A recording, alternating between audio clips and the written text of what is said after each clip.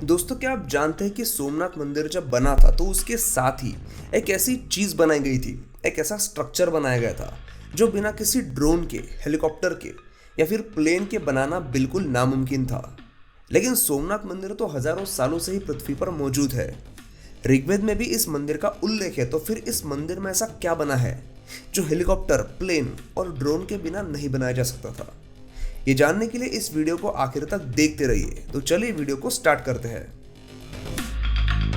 हम सभी को इजिप्ट के पिरामिड के बारे में पता है, लेकिन उस पिरामिड के बारे में हम ज्यादातर इंडियंस नहीं जानते। जो पिरामिड भारत में ही मौजूद है और गिजा के पिरामिड से किसी भी लिहाज से कम रहस्यमय नहीं है। और वैसे भी पिरामिड सुनते ही हमारी नज़रों के सामने इजिप्ट के ही पिरामिड आते हैं और हम ये बात भूल जाते हैं कि दुनिया में सबसे ज़्यादा पिरामिड अगर किसी देश में है तो वो है सूडान देश। चलो, सूडान के बारे में कभी किसी और वीडियो में बात करेंगे। फिलहाल हम बात करते हैं बरेली के पिरामिड की, जो भारत का और शायद दुनिया का सबसे पुराना पिरामिड है। ये एक भगवान शिव का मंदिर है जो पिरामिड के आकार में बनाया गया था। वैसे देखा जाए तो दुनिया के हर मंदिर का ऊपरी हिस्सा थोड़ा बहुत पिरामिड के ही स्ट्रक्चर में बना होता है, लेकिन बरेली के जिस मंदिर नुमा पिरामिड की हम बात कर रहे हैं, पिरामिड के आकार में बना ये दुनिया का सबसे बड़ा मंदिर है और ये लगभग 4000 साल पुराना है। और ये पिरामिड जिस बरेली में बसा है, उस बरेली का जिक्र महाभारत में भी हो चुका है। बरेली का महाभारत कालीन नाम था अहिच्छत्र और इसी नाम का जिक्र महाभारत में हो चुका है। कई सालों तक इस जगह पर उत्खनन चलता रहा और धीरे धीरे ये विशाल पिरामिड दुनिया के सामने आता गया। आज भी इस पिरामिड का बहुत सारा हिस्सा जमीन में दबा हुआ है। इसका मतलब जितना ये पिरामिड जमीन के ऊपर दिखाई देता है, ये उससे भी कई ज्यादा विशाल है और इसका काफी भाग आज भी जमीन के अंदर दबा होने की संभावना है। इस पिरामिड के ऊपर 12 फीट ऊंचा एक शिवलिंग भी है जो आज टूटी हुई हालत में है। इस शिवलिंग की ऊंचाई लगभग 12 से 15 फीट की रही होगी।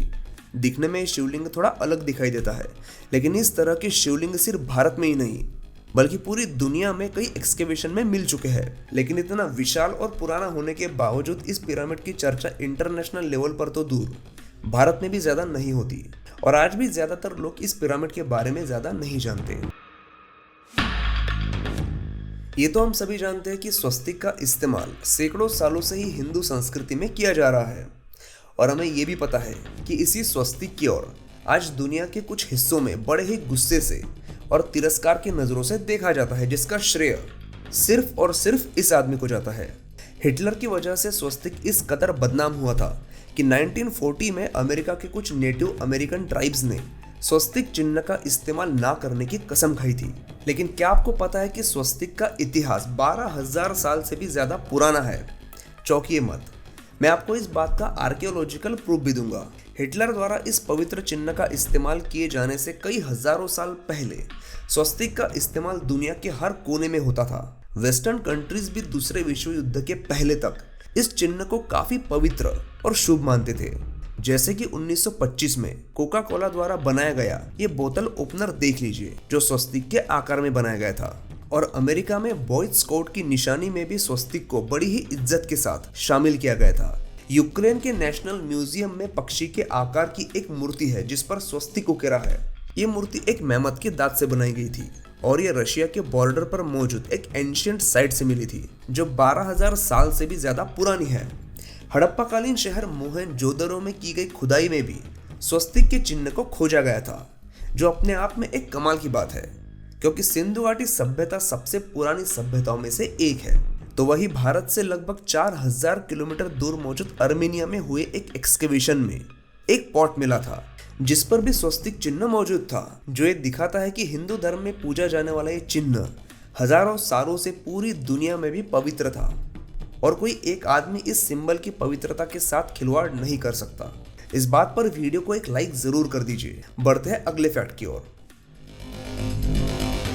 इतिहास में झांक कर देखें तो गुजरात के सोमनाथ मंदिर पर न जाने कितनी बार आक्रमण किया गया था, लेकिन उतनी ही बार इस मंदिर का पुनर्निर्माण भी किया गया था और इसीलिए आज ये मंदिर बड़ी ही शान से खड़ा है।